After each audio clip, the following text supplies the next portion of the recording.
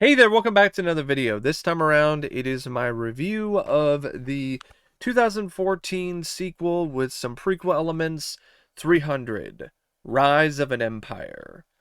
Now, 300 Rise of an Empire is a film that's loosely based on the graphic novel Xerxes, which was written by Frank Miller, which in itself was a spin-off of 300.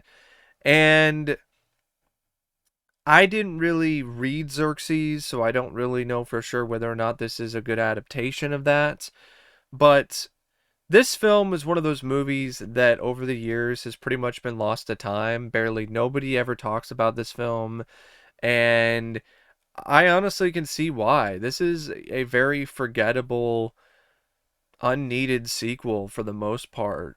It lacks all the majesty, all the spectacle of 300. It's nowhere near as entertaining or as enjoyable to watch. The best thing about this is arguably some of the action, but even then, the action just feels like it's 300 sloppy seconds. And I would have to say the only other bits of real enjoyment I got from this have to really do with Eva Green and her performance as uh, Artemisia, the film's main villain. For a movie that is based on Xerxes, the graphic novel, Xerxes really isn't the main focus here.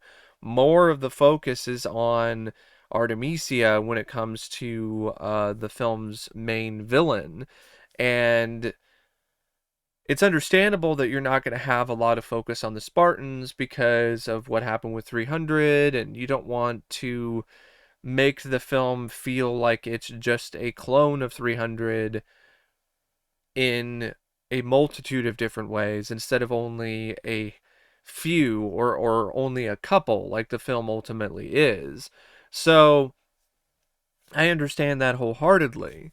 But it does feel like it's a waste of Lena Headey because she does come back as Queen Gorgo and she has some fun moments of action near the end. But by that point, it's pretty much too late and the movie's, for the most part, already over. So 300 Rise of an Empire is directed by Noam Munro, and this is a guy who didn't do much before this and hasn't really done a whole lot after. And you can tell, like, his direction is the epitome of so-so, mediocre, nothing special. Uh, I can't really think of any scenes in this movie that are really that noteworthy or that awesome or awe-inspiring when it comes to a directorial view. Uh, he's competent. I'll give him that. Some of the action sequences were well shot and so on, but the way that they were shot just seemed like he was given 300 as a template and was just asked by the studio to just do that. It didn't really seem like he added anything that original or anything that unique when it comes to his own style. It felt like it was still directed by Zack Snyder. Um, and speaking of Zack Snyder, he was one of the writers for this film, as well as Kurt Johnstad. And I felt this screenplay was, for the most part, pretty below average. This script has even less character depth than 300, and that's no small feat. Like I was honestly pretty surprised by the fact that this had even less character development than the previous film. I mean, Themistocles is a really dull, boring hero, and the screenplay does him no favors. It just makes him come across as a poor man's Leonidas in so many different ways, with him trying to do these epic feats and him trying to inspire his troops and so on. Uh, and the rest of his team, his squad of Athenian warriors, a lot of them come across as clones of other characters from 300 as well, other members of Leonidas's army. There's another instance of a father and son dynamic. But the only difference here, I believe, is I think the father dies first instead of the son. So there really isn't much of a difference except for some denouements are switched around. And unlike 300, some of the supporting roles, like Michael Fassbender's character, still actually left some sort of impact on me. None of the supporting characters here who are members of the Themistocles army did anything for me or left any kind of legitimate impression. Uh, so when they die, I don't give a shit. I didn't care. The most memorable and arguably the strongest character in the film, like I said, it's the villain. It's Artemisia. And I think in some ways the screenplay has too much of a focus on her and gives her too much power and too much weight.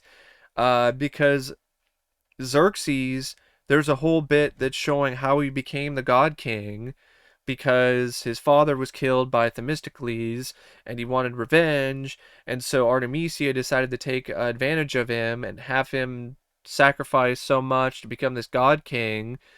And the reason why she led him to that direction is so she could be the one that's pulling the strings. She could be the puppet master and Xerxes would be her puppet. And okay, all right, I understand why they're trying to go with a different dynamic here, but it makes Xerxes come across as a complete and utter pussy, and I don't think that's really a good thing. It retroactively hurts Xerxes in 300 because it makes him less intimidating. When you know that behind the scenes he's essentially being cucked by Artemisia. I don't understand why Snyder and company thought that was a good idea to make Xerxes into such a emasculated character. I mean, so much demasculating is going on here with this character. It's unbelievable. It's like they saw what was going on with the character in the backlash for 300 with people saying that it's homophobic and it's this and this that. So they went to the extreme to make it no, he's not even into men, or he's not even bi, he's not into any of that, he's completely straight, and on top of that, he's not even really as powerful as it might seem in 300, because he's the one that's essentially being ruled by this other woman that you never saw in 300 and you never even heard of until this movie, but that's what's going on now. It's like they tried to cover all their bases, or cover all their tracks, and just completely retroactively change the character, and in my opinion for the worse. And you have other references to 300, like a shot with Leonidas and his army dead on the ground. You have the deformed hunchback guy, and you get a scene that seems like he might have shown a little remorse, but it's too late for that. And while the 300 Spartans are doing their thing and fighting the Persians, you also have Themistocles doing his own plan, fighting the Persian fleet. And here's the other thing about the focus and the emphasis on the fleets, the battles on the sea between the Persians and the Athenians. It just wasn't that thrilling. It wasn't that captivating when it comes to a small group of Spartans going up against a massive army. Here, they're trying to recreate that with a small group of Athenians going up against a massive fleet of ships, but it just doesn't have the same luster, and it doesn't have the same energy. A lot of the ship battle sequences, the way that they're shot and the way that they're written, it's just very one note and very bland and very uh, bleh. It's just a very bleh kind of film on so many different levels. Uh, at best, it's a time waster. At worst, it just feels like you're not getting much for your investment of your time or your money. It just feels like it's a very lackluster affair. And it suffers from the same problem that 300 did. By the end of it, I don't really care about this group of Athenians and whether or not they get speared, blown up, or burned alive by the Persians. I don't give a shit. I don't care whether Themistocles succeeds and defeats Artemisia. So a lot of it, you're just looking at eye candy. You're watching it for eye candy and flashy visuals and Zack Snyder levels of slow-mo. That's what you're watching it for. You're not even really watching it for anything else except for maybe Eva Green's uh, scenery chewing as Artemisia. And there's other things about the script that are really weird. Like, for some reason, there's lines of dialogue where you have characters swearing. I didn't know the word fuck was around back during the Greek era. That's a lot of revisionist history on the part of the writers here. You clearly hear a couple different people in the background say the word fuck or fucking. I don't think that was a thing. I don't think that word existed back then. So that was really jarring to hear. And it's just one of those movies where when it's over, you're just like, oh, okay, whatever. Oh, it's fun to see Queen Gorgo finally kick some ass and the Spartans show up to help the Athenians and turn the tide and defeat Artemisia and her fleet, but it's not something that I would ever want to watch again.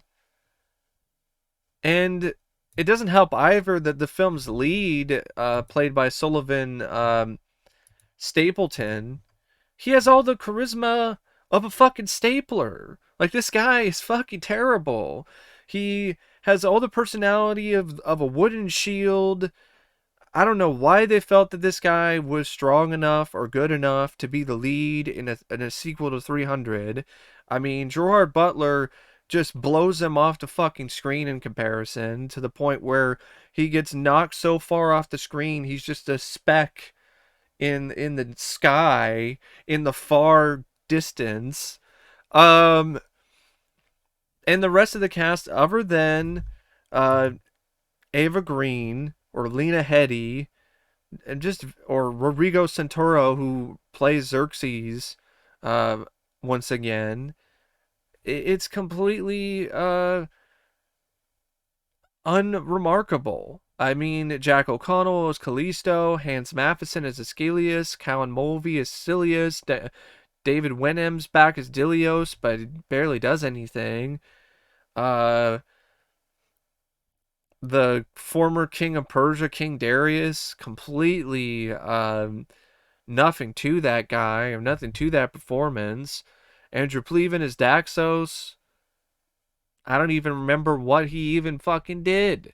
So there's a lot of that going on with this movie as well. These characters, for the most part, suck, and the performances are completely and wholly unremarkable. The music by Junkie XL, definitely not one of his best. I would say it's one of his weakest scores overall.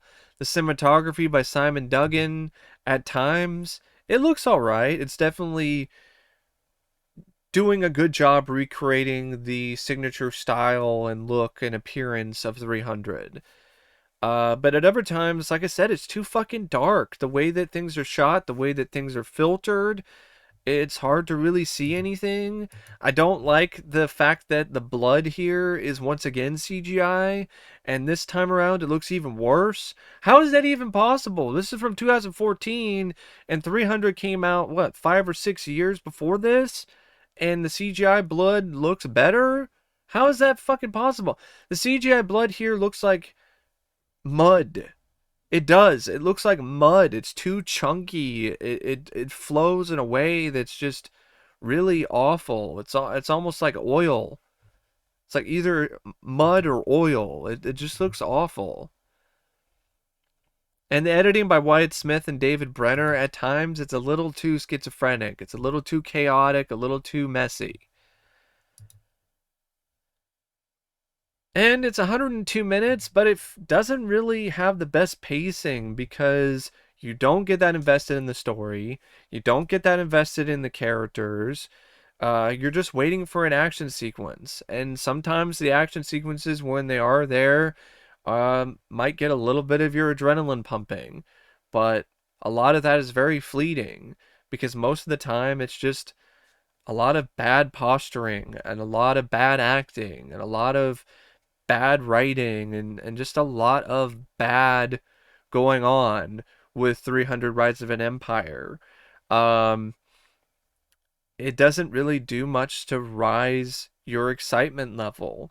It stays pretty much below par for the majority of the movie because, like I said, the very important key elements here, the story and the characters, are so severely lacking in development or consistency or overall quality. And it costs 110 million, and I'm sorry, I don't see 110 million dollars on the screen. I don't. Like, there are shots in this that look like it could be a made for TV History Channel special or something. There were some really bad aspects of this in terms of the visuals. I do not like the fake embers that are flying around throughout the majority of the fucking film. I don't know why they thought that was a good idea. It doesn't really add anything to the movie, and it makes it look even faker. And it makes it even more obvious that they are shooting behind a green screen the majority of the time. When you have these really shitty looking fake CGI embers that are just flying around all over the place and just being fucking annoying. So, yeah, the more I think about this movie, the more it fucking sucks, to be perfectly honest. I mean, I didn't think this was going to be a rant, but now the more I think about 300 The Rise of an Empire, it is. It's more like the rise of a dick that's just shoved right in your ass. And it's just one of those movies that it doesn't really have much going for it other than maybe a couple bits of action.